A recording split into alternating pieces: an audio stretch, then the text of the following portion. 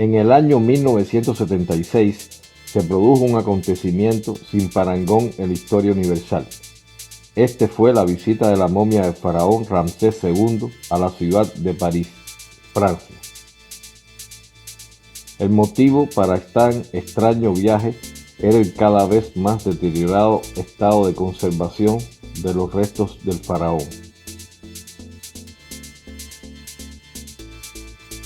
La preocupación radicaba principalmente en la incisión que los embalsamadores le habían aplicado para sacar sus órganos.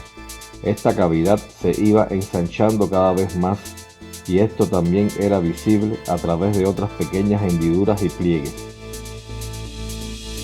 Otra prueba que le descubrieron los científicos de su estado de conservación fue el extraño olor que se sentía una vez abierto la caja de cristal que protegía al faraón, y esto se debía a la gran cantidad de hongos y bacterias que contenía en su interior.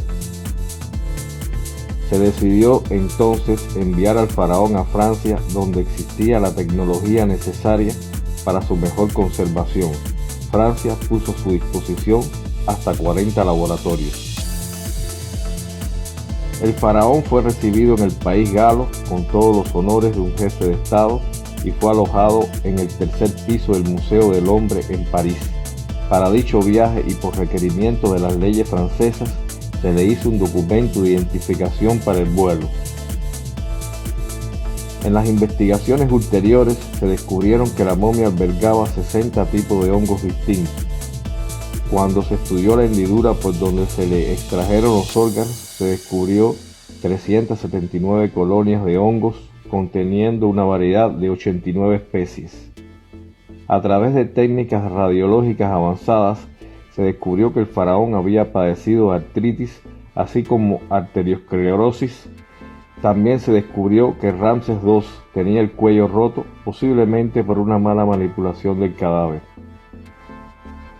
Se estudió el estado de su dentadura, descubriendo que el faraón sufrió un grave absceso dental que pudo ocasionarle la muerte y que le faltaba el primer molar inferior.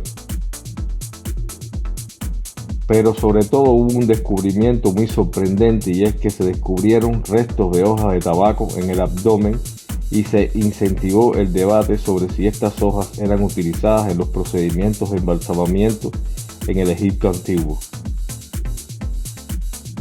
Al final de los procedimientos a la momia se le expuso a una radiación de rayos gamma de cobalto para eliminar completamente los hongos y las bacterias. Esto se realizó en un centro de energía nuclear.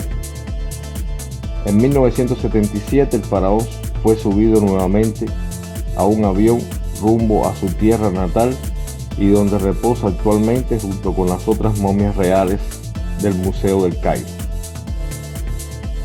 Si usted es un amante de la historia y la cultura universal, lo invito a suscribirse al canal del Maestro, a darle like a los videos y a compartirlos. Muchas gracias.